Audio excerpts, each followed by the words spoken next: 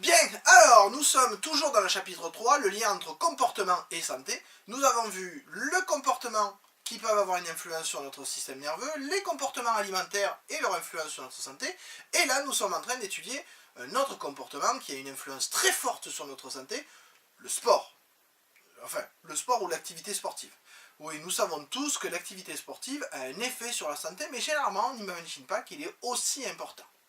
C'est ce que vous avez pu découvrir lors de la recherche que nous avons fait en classe entière. Mais un petit rappel grâce à la vidéo qui suit.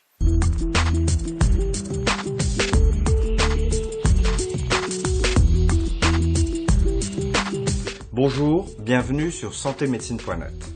Un Français sur deux ne sait pas que l'activité physique peut aider à prévenir l'apparition de nombreuses maladies, telles que l'hypertension ou l'ostéoporose par exemple. Le sport a pourtant de nombreux avantages, comme ceux d'améliorer les conditions physiques et mentales. Depuis plus de 20 ans, la science reconnaît les bienfaits du sport sur la santé. Une grande enquête, qui a été menée auprès de 8000 personnes, a été réalisée sur ce sujet par le Journal des femmes et notre site Santé Médecine. Les résultats étaient étonnants. Les Français connaissaient bien, en fait, les effets de l'activité physique sur le poids, mais beaucoup moins sur leur santé. Les médecins sont quant à eux encore trop peu nombreux à prescrire du sport à leurs patients, reconnaissant eux-mêmes un manque d'information.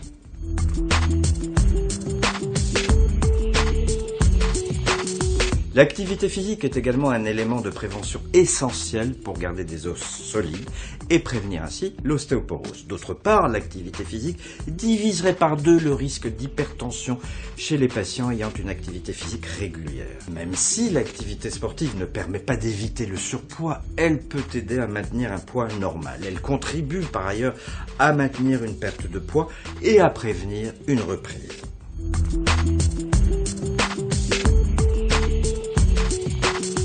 Pour traiter et prévenir les lombalgies, il est conseillé d'avoir un quotidien aussi actif que possible et donc de pratiquer une activité sportive. Cela permet également de prévenir la récurrence des symptômes. Le renforcement musculaire occasionné lors de ces exercices physiques est aussi bénéfique pour les rhumatismes inflammatoires chroniques.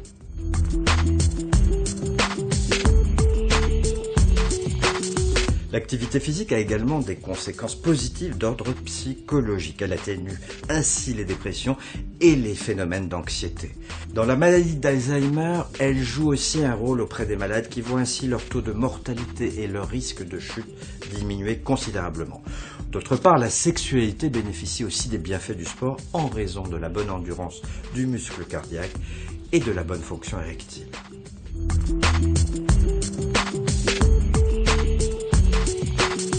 Augmenter la longévité est un des atouts de l'activité sportive, tout en diminuant notamment la mortalité due à différentes pathologies chroniques.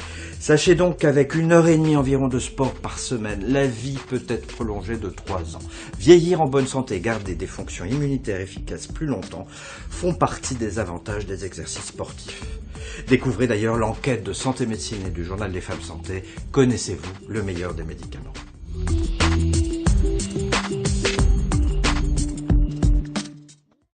Bien, vous le voyez, le sport, en tout cas les activités sportives, parce qu'il faut faire la différence entre sport et activité sportive, on verra ça par la suite, a une influence très forte sur notre santé. Vous notez la suite du cours, en rouge. Grand 3, garder une activité physique pour notre développement, sauter une ligne. Une activité physique régulière a une influence positive sur notre santé, point. Le sport peut notamment, de point à la ligne tirée, protéger contre les maladies cardiovasculaires, virgule. À la ligne tirée, réduire le risque de diabète, virgule, à la ligne tirée, lutter contre le stress, la dépression ou le manque de sommeil, point à la ligne. L'activité physique a donc un effet sur de nombreux organes de notre corps et pas uniquement sur le système musculaire, sauter une ligne. Il faut toutefois adapter l'intensité de l'effort aux capacités de notre organisme, point. On parle donc d'activité sportive et non pas de sport de compétition. Et oui, l'activité sportive va avoir un effet sur les muscles, c'est ce qu'on voit derrière moi, tous ces muscles qui se mettent en fonction, mais aussi sur l'ensemble des organes du corps, et notamment, chose plus étonnante, sur le moral, donc sur le mental, et avec un bon mental, forcément, la santé est meilleure. Toujours est-il qu'il ne faut pas dépasser ses limites, car si le sport est bon pour la santé, comme nous l'avons vu, trop de sport est nuisible à la santé. Trop de sport, notamment quand on arrive au surentraînement, comme on l'a déjà vu, ou alors quand on arrive à des notions de dopage, quand ce n'est plus le sport pour la santé, mais le sport pour le sport et la performance à tout prix qui prennent le pas. C'est ce que vous voyez dans la vidéo suivante. Mesdames et messieurs, bienvenue au combat des Super Saiyans du dopage. À l'heure des Jeux Olympiques de Rio, Sangoku, Piccolo et même ce gros nul de Krillin vont s'affronter dans une rencontre au sommet qui vous permettra, habitants de la Terre, de réviser les principales substances, leur effet et leur impact sur le corps humain. Sans plus attendre, voici donc les effets du dopage expliqués par Dragon Ball Z. Notre premier produit, c'est le champion toute catégorie de la gonflette, utilisé depuis les années 60. Les stéroïdes anabolisants. Anabolisants pour les intimes. Utilisé par les sportifs professionnels mais aussi les amateurs, il a pour effet d'augmenter la masse musculaire et l'endurance. Résultat, des biscottos en béton pour nos guerriers. Mais il y a un prix à payer, et plutôt élevé. Les stéroïdes, chers spectateurs, sont des produits hormonaux. Résultat, chez les femmes par exemple, les produits vont masculiniser la voix, partiellement transformer les organes génitaux. Mais du côté des hommes, l'apparence physique en prend aussi un sacré coup. Ce n'est pas tout, puisque les stéroïdes rendent aussi plus agressifs, et pas seulement durant les combats. Bref, impossible de garder toute sa tête.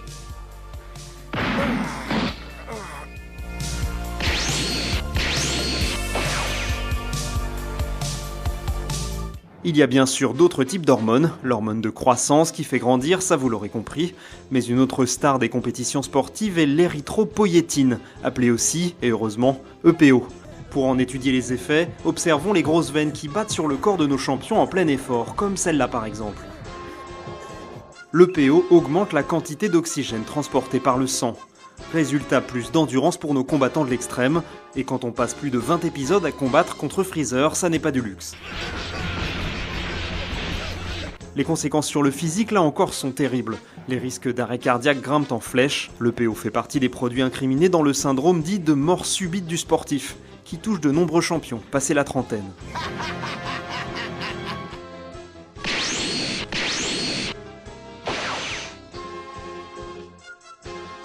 Mais un sportif professionnel qui réussit, c'est d'abord un champion qui a la gagne. Un lion prêt à tout pour remporter les 7 boules de cristal, à l'image de Vegeta, le prince des Saiyans et le roi du sale caractère. Pour cela, les produits excitants ont une place de choix dans la pharmacopée.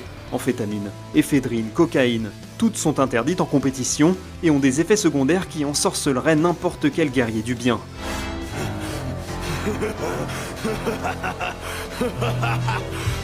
Paranoïa, hypernervosité, perte de jugement, euphorie, hallucination, bref, ces excitants altèrent la personnalité. Jusqu'à la caféine d'ailleurs, qui à partir d'une concentration très élevée, est elle aussi interdite en compétition.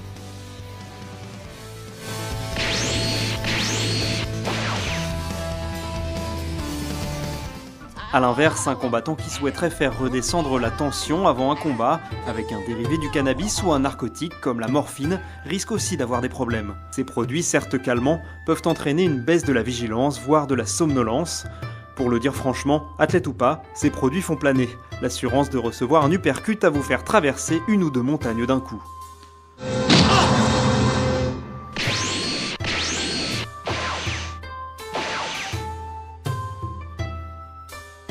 Enfin, rappel à nos valeureux concurrents qui auraient cédé à l'appel de la chimie pour devenir aussi puissants que celle. Chercher à cacher les traces d'un produit illicite est aussi interdit que dangereux pour la santé. La dernière catégorie de produits dopants regroupe ainsi les agents dits masquants et autres diurétiques. L'objectif, c'est bien de cacher les substances ingérées, ou mieux, d'accélérer leur élimination. Évidemment, le système rénal est sévèrement mis en danger par ces pratiques.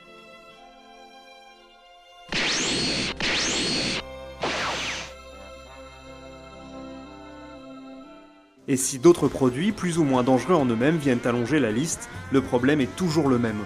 Le corps humain est déjà exposé à des efforts extraordinaires durant une compétition. Les produits dopants, même avec des effets secondaires limités, multiplient le danger d'accident. Et pour se remettre d'aplomb, les boules de cristal manquent un peu à l'appel.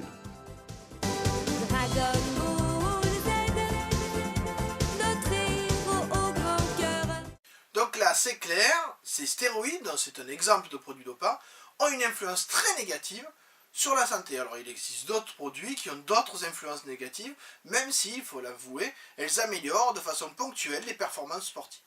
Vous notez à la suite du cours, il existe toutefois un danger si on cherche à dépasser ses capacités, point à la ligne.